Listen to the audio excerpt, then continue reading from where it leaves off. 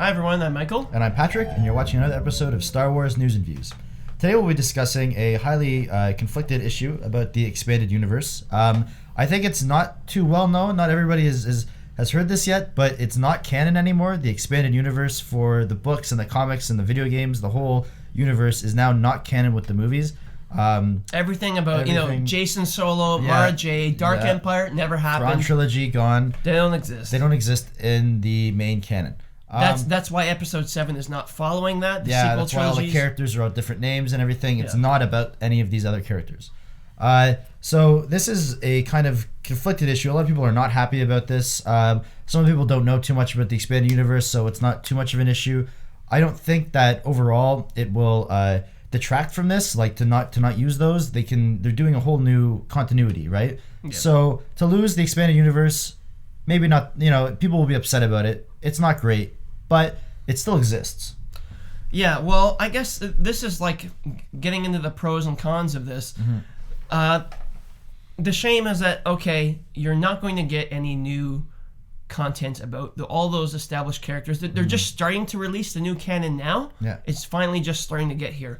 But the thing is, yes, that does kind of suck for all the people that were invested in those characters. But the thing is, those books are not going to disappear from your shelves. It will not be canon. Mm-hmm. But at the same time, the expanded universe was always like its own world. There was like the movie world, and then there was the expanded universe world. They had to be really careful not to tread on the movies of any of the continuity in there, because that's like the main story. It was like set in stone, and everything else had to kind of massage around that. Yeah, and when George Lucas was making the prequels, he said, like, I'm just going to do what I want to do. I'm not going to be continuous with the expanded universe, and the expanded universe is going to have to work around me. Yeah. So that kind of sucks that there's no longer going to be any new ones, but at the same time, like I said, you can still relive all those stories. You can still reread, Heir to the Empire and Dark Empire and, Star Wars Tales, all those things that people love about the old expanded universe. Knights of the Old Republic. Mm-hmm. And they also may use some aspects from the expanded universe. It's not completely erased. They might use parts that they like, They can pick and choose at their leisure. Mm-hmm.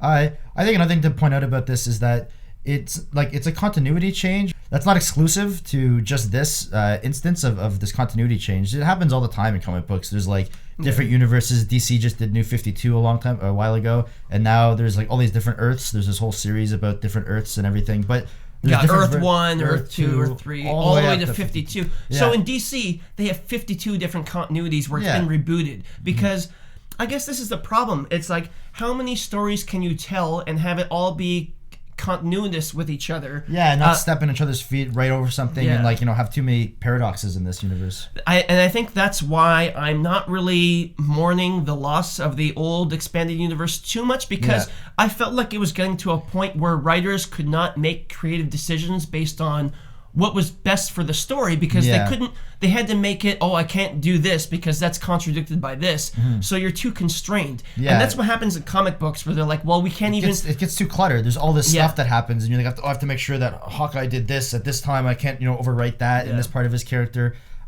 Marvel's also done something similar where they made the Ultimate Marvel Universe, where they just kind of decided to redo all the characters in a different, like Earth 616, whatever the numbers they have. So it's not exclusive to Star Wars, and I think that because we've seen this before and comic books generally handle it pretty well, I'm okay with it for this movie as well. Yeah, I think the big thing is that as long as the stories are quality, that's really all that matters. Yeah. If you really are attached to the old expanded universe, you can just go reread the books, reread the comics. It's all there. It's not going anywhere. It's not like they're going to disappear from your home. Yeah. They are there. So basically, it's kind of good because you have now, instead of one expanded universe, you have two expanded universes. Yeah, and another good thing about the new expanded universe that's happening, or that they're doing, is it's canon though to the movies. So the creative teams are going to be writing it in, and like Star Wars Rebels, we might see characters from that happen in the movies at some point, but it'll exist in the same universe. Unlike the old expanded universe, where it was kind of like, it was pseudo canon. It wasn't really canon. There was the movies, and then there was the expanded universe, and sometimes the movies could take what they wanted from the expanded universe, but in this one, everything is official. Anything that happens in the comics has to be, the movies have to abide by that, which is different from where it was before. So this is actually going to be the first instance of a fully realized Star Wars universe where everything that happens in one thing affects the other. That's never happened before. It's exciting that now we're in uncharted waters. Yeah. Who knows what's going to happen? Who knows what kind of characters, what kind of continuity? It's a blank slate. We get Blank to just slate. do whatever you want to do with it now, or they get to do whatever they want to do with it now. Yeah, so I guess that's it for our thoughts. Leave your comments. I know people are very polarized on this. There's a lot of back and forth. Some about people it, don't but care for the EU and are glad that this has happened. Yeah. Some people are really ticked off, and that's understandable too. I wanna say something from me, and I think from Michael too, in the sense to you EU fans. Definitely don't get too upset about it because it still exists. We're just getting a new EU. It's gonna change up stuff. The characters that you love might not be there, but we might find new characters, right? Yeah. I mean, that you will fall in love with the same way you fell in love with, the characters in the Thrawn trilogy and all those iconic expanded universe stories, the Rogue Squadron, Knights of the Old Republic. Knights of the Old Republic. That stuff is all there for you to revisit as you please, but the added bonus is that you're going to get a whole new universe. Whole universe with stories and characters that are fresh and new and unpredictable where it's going to go. Yeah. So, I guess that's all we have to say about that. Leave us your feedback, what you think about this. Like I said, this thing had to happen one day. Yeah. It had to happen eventually.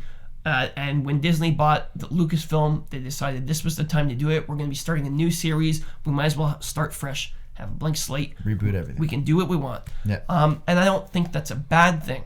So anyway, guys, we'll see you next episode. Subscribe to us if you like anything that you see here, and leave us your feedback, and we'll see you all next episode.